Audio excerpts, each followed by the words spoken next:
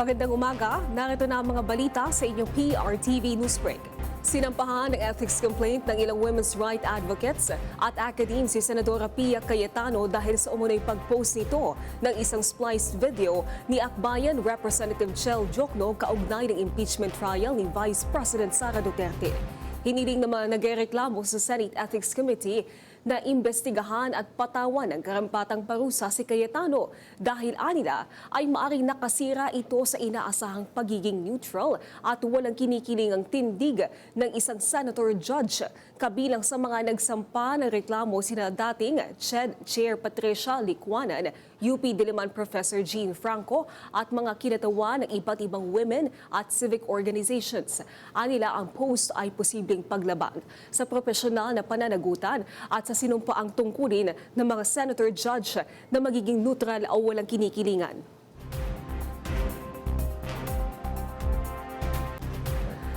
Ininspeksyon ni DPWH Secretary Vince Dizon ang naging pinsala ng malawakang pagbaha sa Bangkal, Davao City. Siniyasat din ang underpass ng Jensen City. Samantala, nahagip sa CCTV camera ang tangkang pang-hold up sa isang bigasan sa Panabo City na naunsyami ng manlaban ng may-ari ng tindahan. May detalye si Noreen Igonia. Noreen.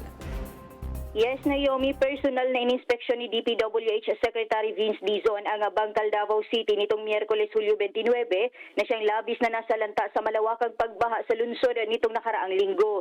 Ikinadismaya ng kalihim ang aniyay malawak na epekto ng baha na sana ay naiwasan kung hindi lang nagpabaya ang mga DPWH officials. Binanggit din ni Dizon na noong 2019 nakaranas ng malawakang pagbaha ang naturang lugar, ngunit walang ginawang dredging ang DPWH Davao City District Engineers. Nakita rin niya ang mga ginawang gabyon na hindi tinapos na makatulong sana upang napigilan ang pag-apaw ng tubig sa mga dike. Dagdag pa ng kalihim, nangako ang Pangulo na bigyan ng tulong ang mga residente sa lugar. Kahapon din ay pinaumpisahan kaagad ni Dizon ang pagsasaayos sa dike ng Talomo River. Matatandaan na nitong Biyernes, Hulyo 24, nakaranas ng malawakang pagbaha ang ilang bahagi ng Davao City, partikular na sa Bangkal dahil sa malakas na pag-ulan sa upland area ng lungsod. Biglang lumaki ang tubig sa Talomo River at umapaw kaya nagkaroon ng flash flood. Ilang mga bahay at ari-arian ang inanod ng baha. May naitalang nasawi din na isa dahil sa baha sa Tugbok District. Pagkatapos ng kanyang aktibidad sa Davao City ay dumako na si Secretary Dizon sa General Santos City para sa inauguration o sa pagtatapos ng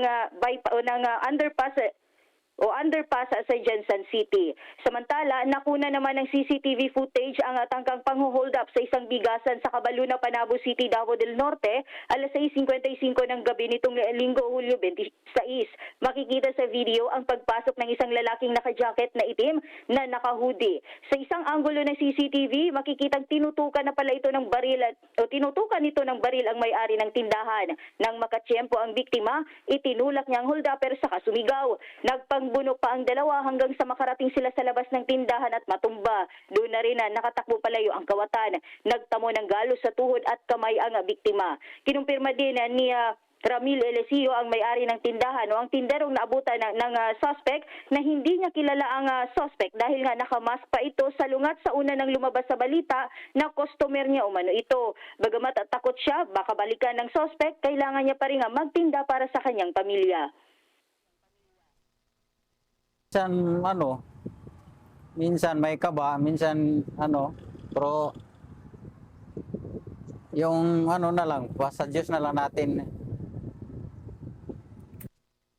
Hiling niya na sana mahuli na ito upang hindi na makabiktima pa ng iba. Mula dito sa Davao, Noreen Igonia ng PRTV News, nagseserbisyo para sa Pilipino.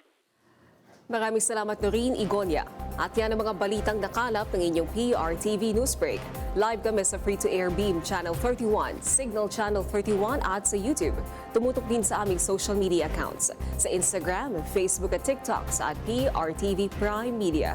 Ako po si Naomi Tiburcio. Magandang umaga.